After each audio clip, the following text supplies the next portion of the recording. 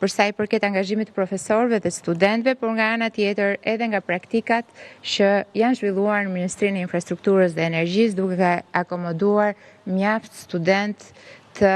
këtij universiteti. Megjithatë,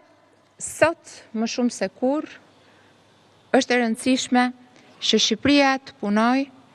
për ngritjen e një kapitali njerëzor i cili do t'i përgjigjet kërkesave të integrimit në Bashkimin Evropian dhe jo thjesht kërkesave të tregut tonë. Industria e rëndë, ajo që përfshin transportin, që përfshin minierat, ajo që mbulon shumë sektor jetik të vendit, sot më shumë se kurrë ka një kërkesë të jashtëzakonshme për burime njerëzore, të cilat duhet jenë jo thjesht të afta dhe të gatshme për të përballuar gjitha sfidat, por duhet të jenë të trajnuara dhe të kenë kaluar të gjitha fazat e edukimit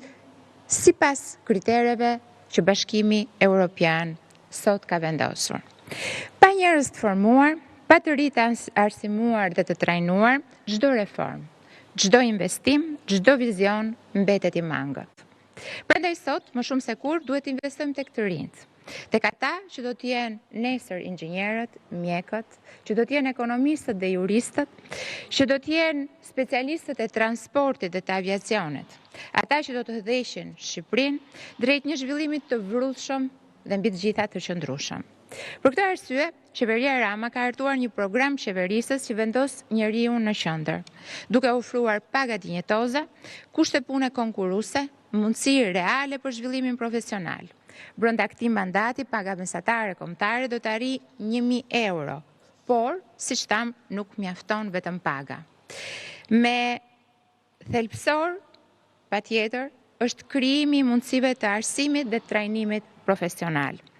Shkollat do të transformohen në qendra multifunksionale, me konvikte dhe kurse, duke i pajisur të rinjt tanë me certifikime ndërkombëtare që do të njihen kudo dhe veçanërisht në Europë.